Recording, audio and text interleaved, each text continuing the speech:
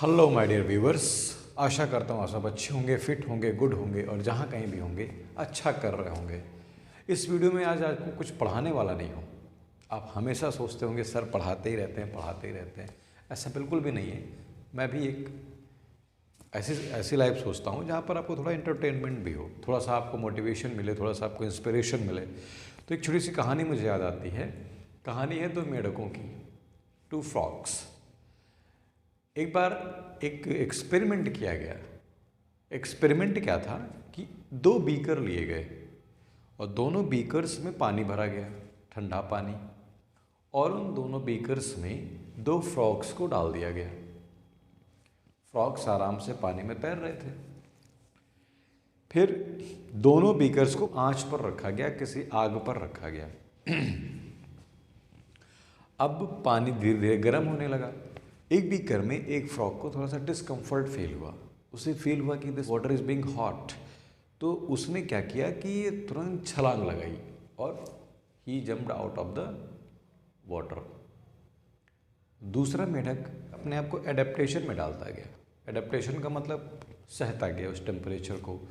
तो फ्लेम और बढ़ाई गई, टेम्परेचर और बढ़ाया गया, टेम्परेचर और बढ़ाया गया। तो क्या होता है कि मेढक को तो लगता है कि अब दिक्कत हो रही है, लेकिन फिर भी वो फील कर लेता है उसको कि हाँ मेरे लिए सही है ये।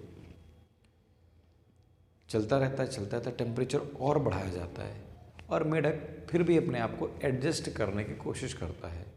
And at last water starts boiling.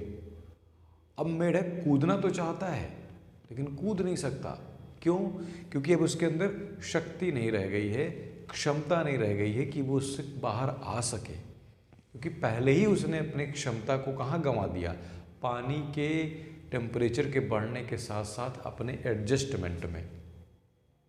क्या ऐसा हमारी लाइफ के साथ नहीं होता? अक्सर होता है।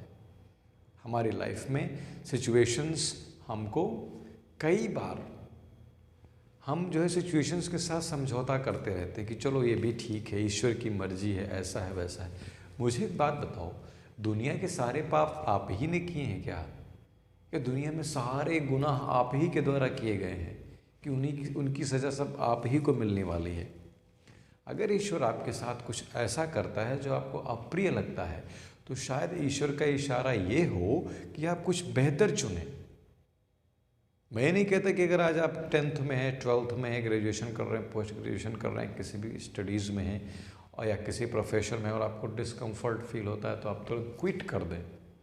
लेकिन इसका मतलब ये भी नहीं कि बार बार अगर परिस्थितियां आपके अकॉर्डिंग नहीं चल रही हैं या लोग वहाँ पर जहाँ पर भी आप हैं अगर आपके फेवर में नहीं है, आपको लगता है कि you can grow better somewhere, तो छोड़ने में क्या बुराई है भाई? बाद में बैठ के इधर उधर हल्ला करना, इधर उधर बैठ के गॉसिप करना, इधर उधर बैठ करके लोगों से फालतू की किसी की निंदा करना से बेहतर है कि आप टाइम रहते डिसीजन लीजिए। और मैं एक बार कोई बुक पढ़ रहा था, शायद नॉर्मन विंसेंट पीएल की बुक है। उसमें उन्होंने लिखा हुआ है कि decisions are already taken in the mind, they are just executed later. जैसे अगर मैंने घर से मन बना लिया है कि आज मुझे रास्ते में मोमोज खाने हैं, तो डिसीजन तो मैंने पहले ले लिया है। मार्केट में जाते वक्त मुझे दिखाई दिया और मैंने खा लिया। तो एग्जीक्यूशन बाद में होता है, डिसीजन पहले ले लिया जाता है। तो you should take the decision at the right time. क्योंकि एक मैं मूवी देख रहा था, नरेंद्र मोदी, उस मूवी में एक डायलॉग है कि जो डिसीजन 1 मिनट में नहीं होता वो डिसीजन ही नहीं होता, फिर तो वो परिस्थितियों के साथ समझौता होता है।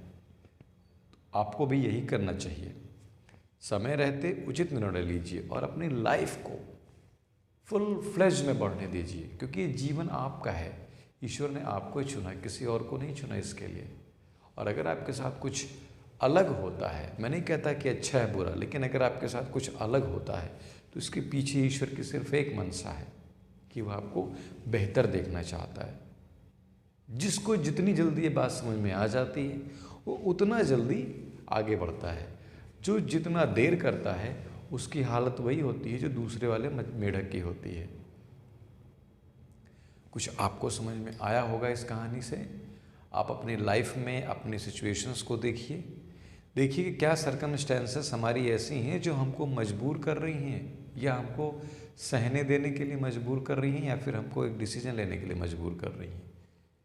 आंखें खुली रखिए, आपके चारों तरफ परिस्थितियाँ अवसर हमेशा से उपलब्ध रहे हैं, आपको बस ग्रैस्प करना आना चाहिए, उनको पहचानना आना चाहिए। एक अच्छा योद्धा वही है जो युद्ध की स्थितियों को भांपते हुए डिसीजन ले और वार करके आगे बढ़ जाए, वो नहीं जो परिस्थितियों पर बैठ के कैलकुलेशन करे, मंथन करे, चिंतन करे और डिसीजन ले ही ना। Take the decision at the right time and let your life be flourished. किसी और वीडियो में किसी और मैसेज के साथ आपसे फिर मिलूंगा। Till then take care, thank you so much.